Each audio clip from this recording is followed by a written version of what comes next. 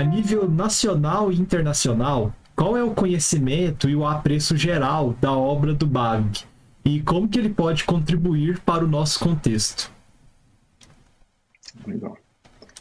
Bom, eu vou falar aqui, mas por favor me ajuda aí, gente, porque eu não estou muito por dentro do apreço e o conhecimento da obra do Bavinck nacionalmente. Né? Confesso que estou um pouco sei lá, desapegado desse contexto. Então, mas eu posso dizer que a obra do Bavinck internacionalmente está se tornando muito apreciada, muito conhecida, está tendo um processo, né, de reavivamento assim, dessa área de estudos do Bavinck, né, que começou lá em 2004, por aí, quando a Baker começou, né, a produzir uma tradução da principal obra do Bavinck, né, que eu acho que até responde uma próxima pergunta aí, né, que o pessoal fez sobre as principais obras, né, mas a principal obra do Bavinck mesmo, né, é a Dogmática Reformada, que foi originalmente escrita, né, em 4 volumes e a gente só tinha em inglês uns pedacinhos dela, né, publicados com outros títulos, né. Não sei se você sabe, Pedro, mas tem alguns pedaços, né, principalmente a parte do conhecimento de Deus, que já estava em inglês desde muito tempo, desde a época aí, Cornelius Van Til, no Westminster e tal. Eu tenho um caso sobre isso, que como tinha pouca coisa do Bavinck antigamente, eu ficava atrás disso, né, estante virtual, livro usado, e eu comprei um desses pedaços, que era um pedaço da dogmática, e aí eu comprei em inglês, eu falei, gente, que picaretagem isso aqui, eu já tenho a obra completa e comprei um pedaço dela. Pois é. Já caí nesse... Então, é isso aí. Já caiu no copo. Exatamente. Eu aposto que o pessoal que fez não estava pensando em ser desonesto com ninguém. Brincando, gente. Mas, mas sim, a gente tinha algumas partes da teologia dele traduzidas, sabe, para o inglês. E assim, durante a própria vida do Bavinck, ele veio algumas vezes, 2 vezes aos Estados Unidos, né? Ele tem até um texto bem legal que meu orientador traduziu para o inglês, chama Minha Viagem à América, né? Em que ele conta um pouco dessa experiência aqui da cultura americana e tal. E numa dessas viagens ele veio principalmente aqui para essa região, né, aqui do Calvin, que era um seminário nascente, ainda era tudo falado em holandês aqui.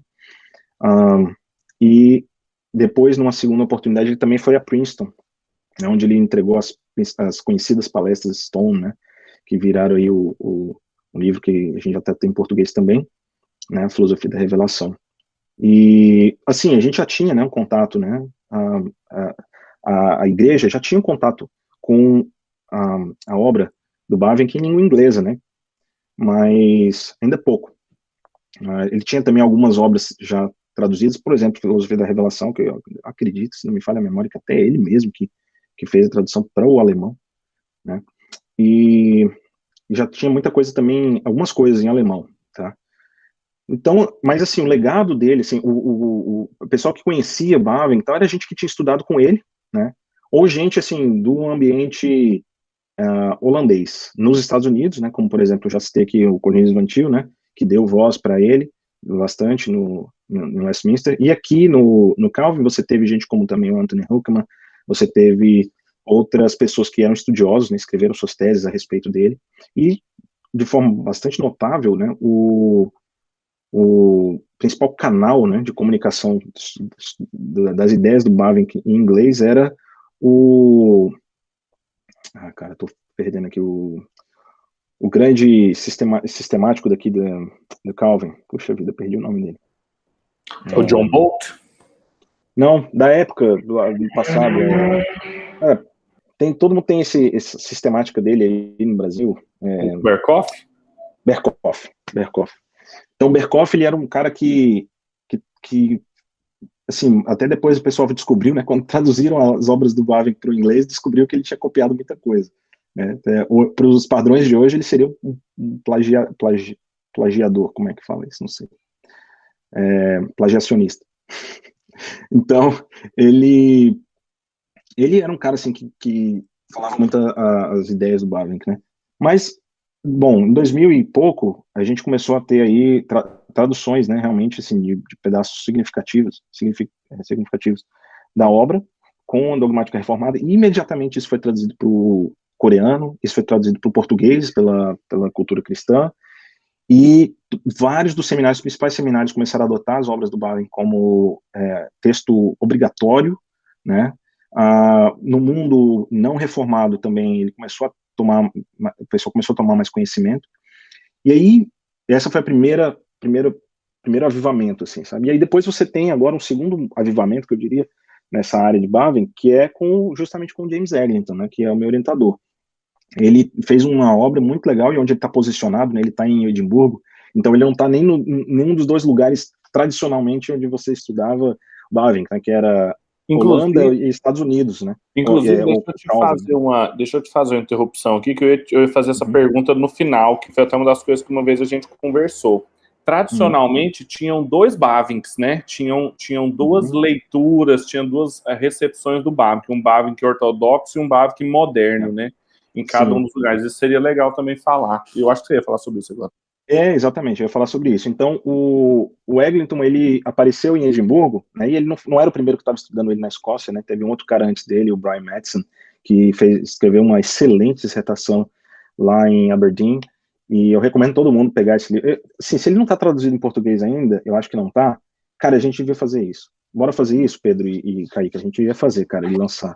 Boa. É um livro muito bom do Brian Madsen, e aí ele fala...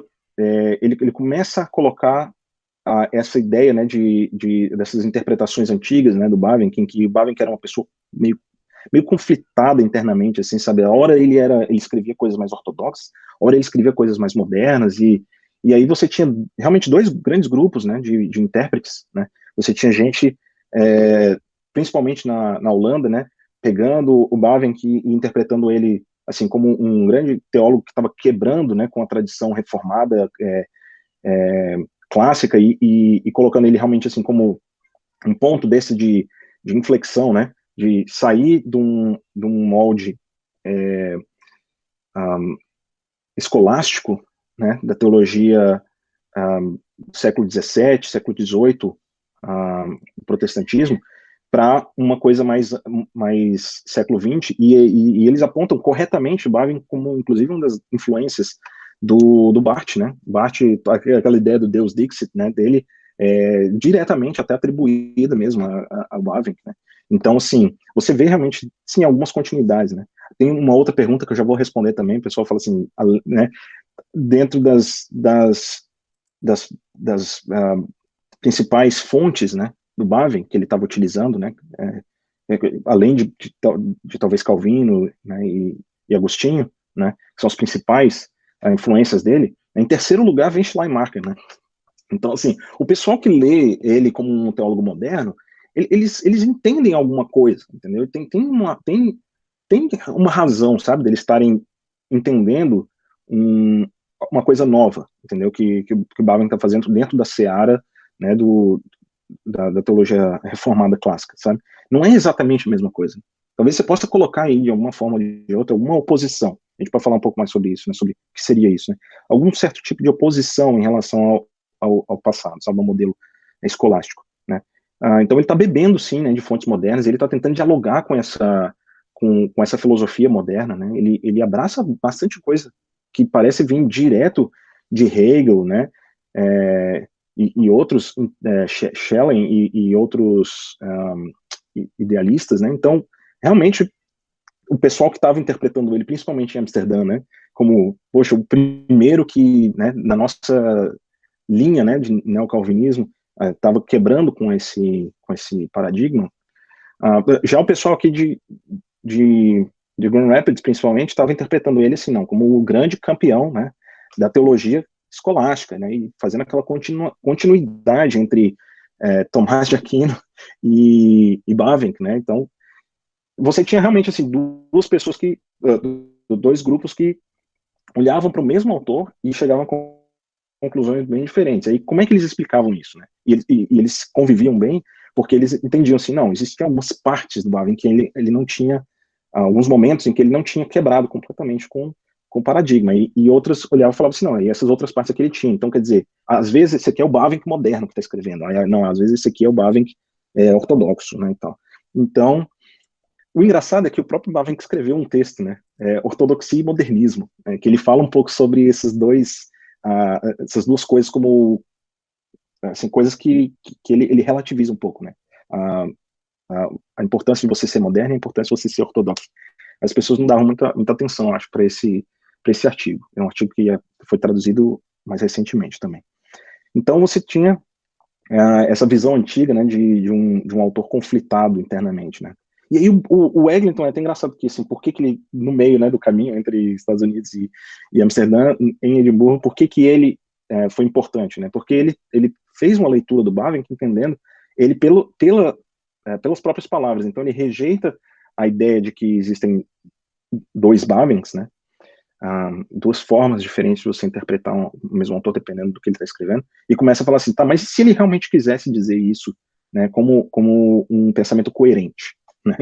E aí ele traz uma tese muito interessante, que é a tese do organismo, né? A centralidade dessa ideia do organismo na criação, né, refletindo a triunidade de Deus.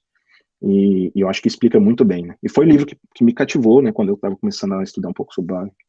Então, agora ele tem tido realmente um reconhecimento muito grande, até por causa desse trabalho, né? Claro que, principalmente dentro dos meios reformados, mas até mesmo agora você vai em universidades seculares, você vai em lugares que antigamente ninguém saberia quem é Bavinck, que você consegue conversar sobre Bavinck de uma forma que, sabe, as pessoas que antigamente só conheciam Barth, né, agora reconhecem ele, né? Então isso é bem interessante, é bem legal. Muito bom, muito bom. Esse background assim, é muito importante para a gente entender aonde ele se situa e por que ele ainda é uma figura contemporânea interessante.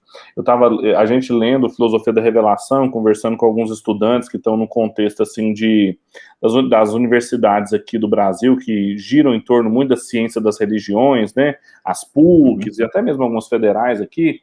E a obra do Rudolf Otto, do próprio Schleiermacher, é muito apreciada, e o Bavinck usa termos que dialogam, mas apontam para uma outra direção, que daria um diálogo muitíssimo interessante nesses circuitos, que não são assim, né, de seminário teológico e tal, que faz muito frutífero uma pesquisa dessa natureza, assim, mesmo nesses contextos, né? Então eu acho, é exatamente isso, assim, como que antigamente só o Karl Barth era lembrado, e eu acho que o Bavinck tem muito mais a oferecer, bem mais, assim, por motivos óbvios. Muito bom. É isso aí.